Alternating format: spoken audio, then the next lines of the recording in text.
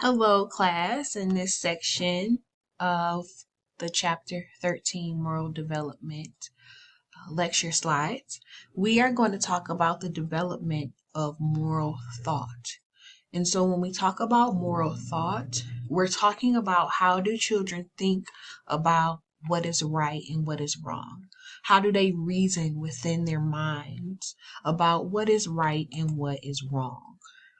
And the first person the first theorist who came up with a theory about how children develop moral thought is Piaget. And he had two distinct stages of moral thought. And the first moral thought stage deals with children between the ages of 4 and 7. And he came up with something called heteronomous morality. And what that is that children between the age of 4 and 7, they believe that there are rules and justice is those things are unchangeable. They don't really understand that people are the ones that make the rules. They just believe that there is a certain code of conduct and that code of conduct needs to be abided by at any cost. They also believe in imminent justice.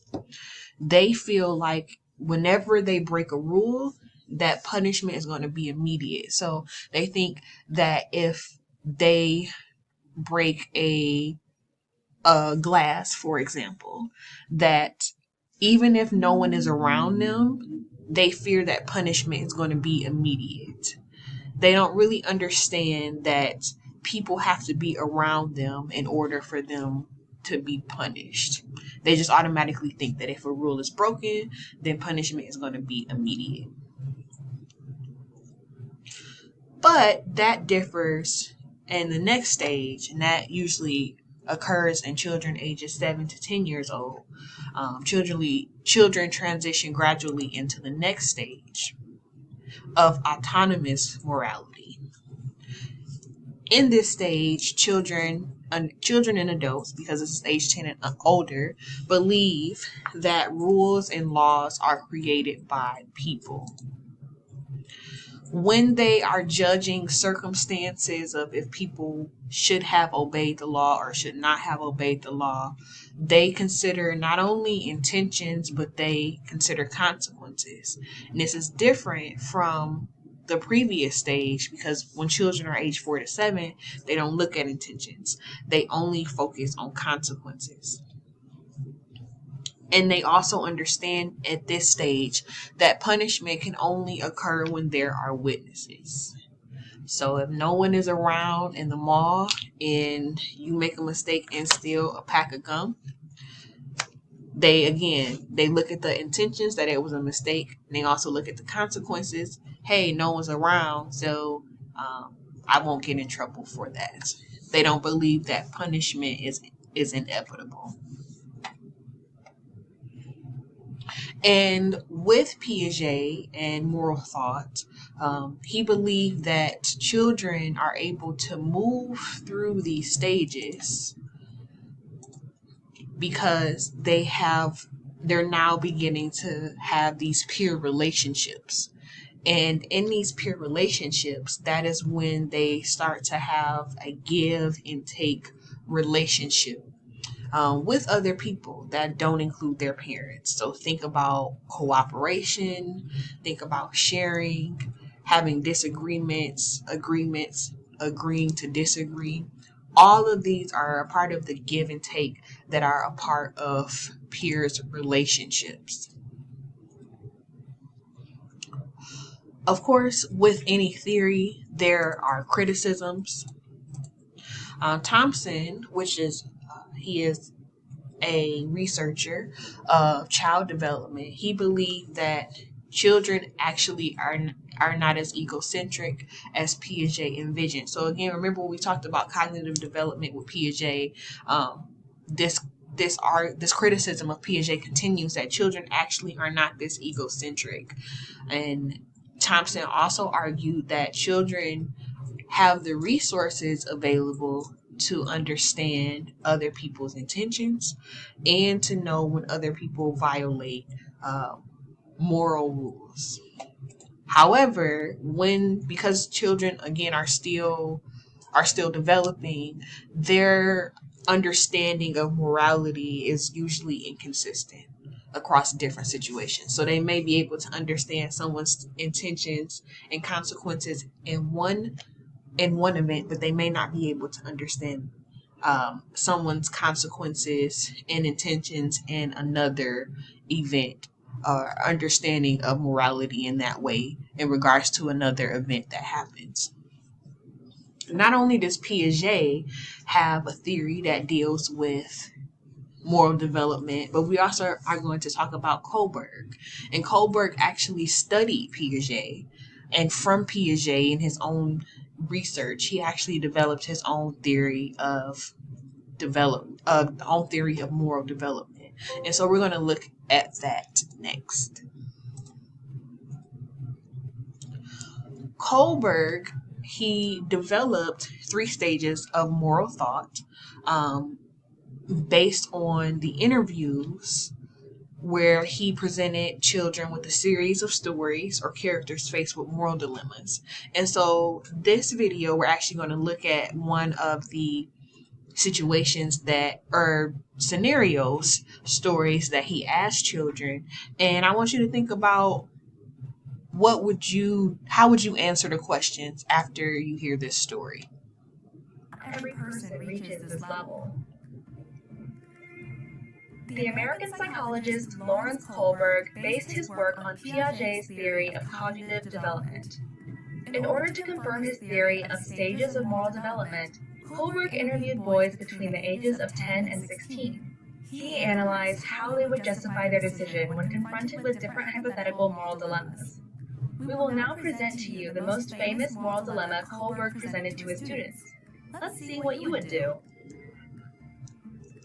The Heinz Dilemma. A woman was on her deathbed. There was only one drug that the doctors thought might save her. The druggist that made that particular medicine sold it for 10 times the price of the production costs. The sick woman's husband, Heinz, was poor and could not afford to buy the drug, not even with the financial help of his friends. Heinz then asked the pharmacist to sell it to him for half the price, but he refused. To save the life of his wife, Heinz broke into the man's laboratory and stole the medicine. Now tell us, should Heinz have stolen the drug? Would it change anything if Heinz didn't love his wife? What if the person dying was not his wife, but a stranger? Should the police arrest the druggist for murder if the wife had died? Please write your answers and their justifications in the comments below. Okay, so I want you all to think about that. What would you consider is moral? What would you think is correct or incorrect?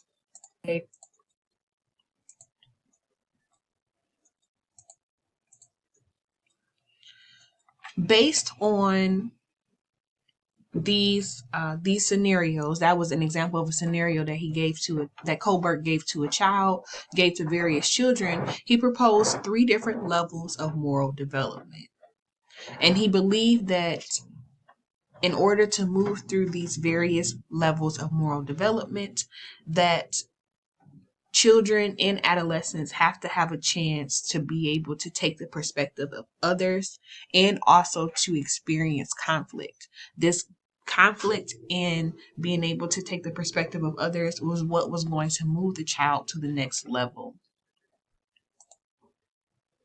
And so here's a video that's going over the 6 stages of moral development. So he has 3, like I mentioned in the previous slide here, he has 3 levels of moral development, but there are 2 stages in each level. So this video does a really good job of explaining and giving a good example of the 6 stages. Lawrence Kohlberg's theory claims that our development of moral reasoning happens in 6 stages. The stages themselves are structured in 3 levels: pre-conventional, conventional, and post-conventional. To understand this better, imagine a conflict at school. There is a fight in the schoolyard. Two ninth graders are beating up Tom. Those who watch the fight are at different stages of moral development. Let's see what they do and how they justify their behavior.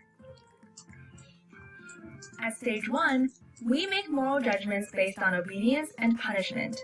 Finn's sense of good or bad is directly linked to whether he gets punished or not. Finn sees what is happening to his friend and wants to help, but he doesn't because he is afraid the teacher may punish him if he gets caught fighting.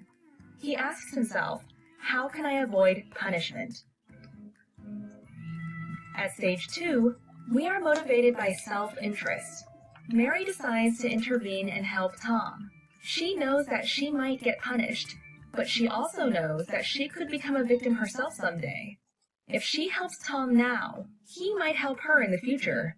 She is asking herself, what's in it for me? At stage 3, interpersonal accord and conformity guide our moral judgment. Betty sees the fight and wants to intervene, but when she realizes that all the others are just watching, she decides not to get involved. She wants others to see that she is a good girl who is conforming with the ethics of the community. She asks herself, what do others think of me? At stage 4, we value authority and want to maintain social order. When the teacher sees the group fighting, he immediately steps in and shouts, "Stop! Fighting at school is forbidden." He feels that, above all, it is important to follow the rules, otherwise chaos breaks out. He feels it is his duty to uphold the rules that sustain a functioning society. He asks himself, how can I maintain law and order? At stage 5, we understand rules as a social contract, as opposed to a strict order. Jessie, who watches from afar, is not sure how she feels about this. To her, rules make sense only if they serve the right purpose. Obviously, the school rules prohibit fighting, but maybe Tom deserves to finally learn his lesson. Just yesterday, he punched a young girl from grade 1. She asks herself, does a rule truly serve all members of the community? At stage 6, we are guided by universal ethical principles. All those involved now have to face the headmaster. He first explains the school rules and why they exist. He then clarifies that rules are valid only if they are grounded in justice. The commitment to justice carries with it an obligation to disobey unjust rules. The headmaster's highest moral principle is compassion. He believes that all people should learn to understand each other's viewpoints, and that they don't feel alone with their feelings. He asks, what are the abstract ethical principles that serve my understandings of justice?